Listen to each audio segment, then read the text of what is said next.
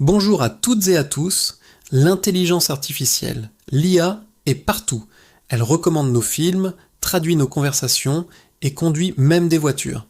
Mais qu'est-ce que c'est vraiment? Est-ce une simple technologie ou le début d'une nouvelle ère pour l'humanité? Aujourd'hui, on plonge au cœur de cette révolution pour séparer le mythe de la réalité. On va décrypter ses concepts, explorer ses promesses, mais aussi ses dangers. Accrochez-vous. Le voyage dans le futur de l'intelligence commence maintenant. Alors, pour comprendre l'IA, il faut d'abord parler de ses trois piliers. Le premier, c'est l'apprentissage automatique, ou machine learning. Imaginez que vous apprenez à un enfant à reconnaître un chat. Vous lui montrez des milliers de photos de chats. À force de voir des exemples, il finit par comprendre ce qu'est un chat sans que vous lui ayez donné de règles précises. Le machine learning, c'est pareil.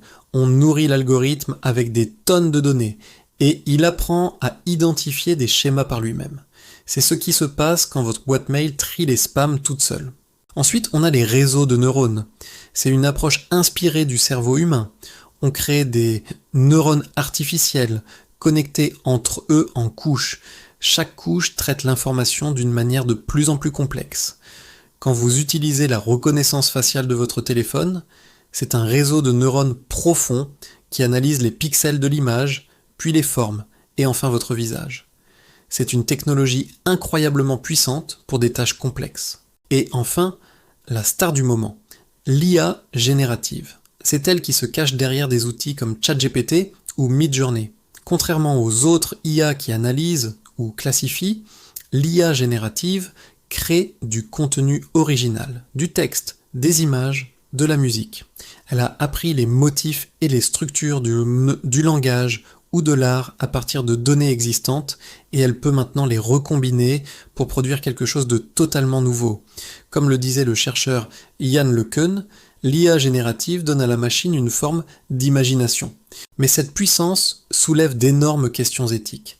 Prenons le cas des biais algorithmiques. Une IA est entraînée sur des données du monde réel.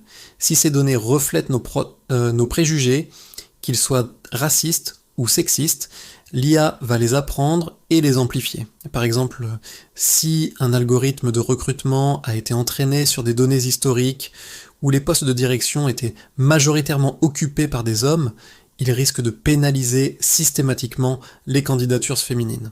C'est un vrai danger pour l'équité et la justice sociale. Un autre dilemme majeur concerne l'emploi. L'automatisation n'est pas nouvelle, mais l'IA peut remplacer non seulement des tâches manuelles, mais aussi intellectuelles. Des métiers comme analyste financier, traducteur ou même développeur pourraient être transformés, voire disparaître. La question n'est pas seulement de savoir si nous aurons du travail, mais quel sera le sens de ce travail. Cela nous oblige à repenser notre modèle économique et social, peut-être vers un revenu universel ou une redéfinition de la valeur du travail humain. Et puis, il y a le sujet terrifiant des armes autonomes, aussi appelées robots tueurs.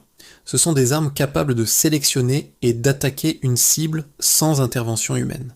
Laisser une décision de vie ou de mort à une machine pose un problème éthique fondamental.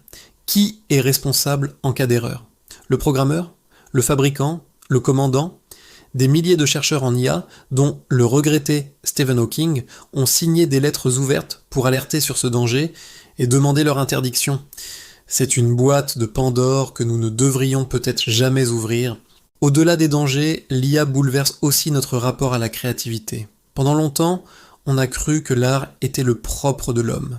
Mais aujourd'hui, une IA peut composer une symphonie dans le style de Bach ou peindre un tableau qui remporte un concours d'art.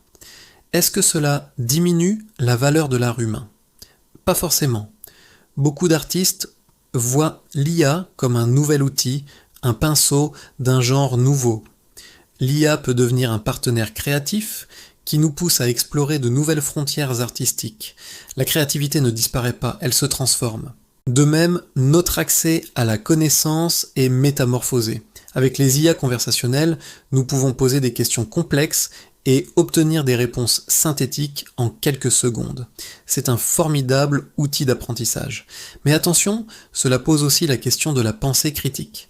Si nous nous contentons des réponses de l'IA sans les vérifier, sans chercher à comprendre le raisonnement derrière, nous risquons de devenir intellectuellement paresseux.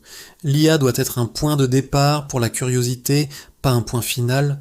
Enfin, abordons les questions les plus vertigineuses. Une machine pourra-t-elle un jour être consciente, avoir des sentiments, des désirs, une expérience subjective du monde? C'est le grand mystère de la conscience artificielle.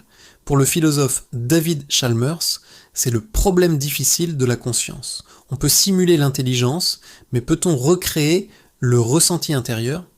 Pour l'instant, personne n'a la réponse.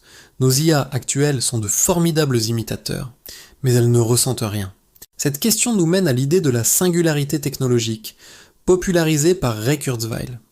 C'est le moment hypothétique où l'intelligence artificielle dépasserait l'intelligence humaine, menant à une croissance technologique explosive et imprévisible.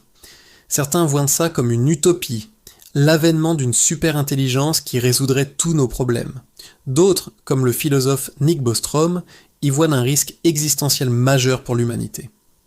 Si une super-intelligence a des objectifs qui ne sont pas parfaitement alignés avec les nôtres, les conséquences pourraient être catastrophiques. Alors, que faire? L'IA n'est ni bonne ni mauvaise en soi.